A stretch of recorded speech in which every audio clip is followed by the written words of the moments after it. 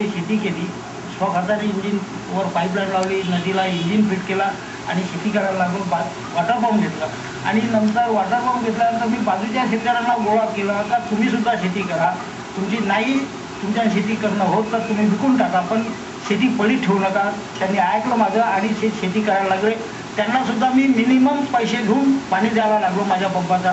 ते लोक चांगल्या प्रकारे शेती करायला लागले. आज वेगवेगळ्या प्रकारचे सुद्धा ते पिकं घ्यायला लागले. धान, त्यांचं उत्पन्न वाढला. रब्बीच्या पिकांसाठी त्यांनी शेजारच्या वैनगंगा नदीतून पाणी आणलं. वेगवेगळ्या पिकांचे प्रयोग सोबत सेंद्रिय शेतीची जोड आणि कल्पकतेच्या वापरातून त्यांच्या उत्पन्नात वाढच होत गेली. पडीक माळरानावर त्यांची शेती फुलली, पण शेजारची शेती मात्र पडीकच होती. परिसरातल्या शेतकऱ्यांना सुरुवातीला 2 वर्ष त्यांनी स्वतः पाणी दिलं. त्यानंतर शेजारच्या शेतकऱ्यांचा बचत गट स्थापन केला. याच गटाच्या माध्यमातून परिसरातली शेती फुलाला सुरुवात झाली.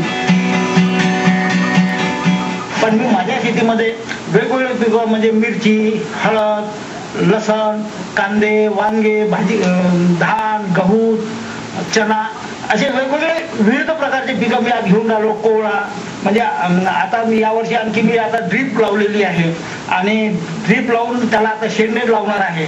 आता सध्या त्याला टमाटर आणि वांगे लावलेले आहे आणि हा जो माझा उपक्रम पाहून ते सुद्धा त्या गोष्टीकडे वळलेले आहेत आणि ते सुद्धा चांगलं उत्पन्न घेऊन राहिले आहेत. सुरुवातीपासूनच बाबूराव सार्वे यांचा सेंद्रिय शेतीवर अधिक भर होता. सेंद्रिय शेतीमुळे त्यांच्या खर्चात बचत झाली. घरी लागणारा सर्व भाजीपाला ते आपल्या शेतीत लावतात. घरच्या लोकांना शुद्ध आणि आरोग्यदायी अन्न मिळालं. सोबत सेंद्रिय शेतीमाल म्हणून त्यांना मार्केटिंगची समस्याही उद्भवली नाही.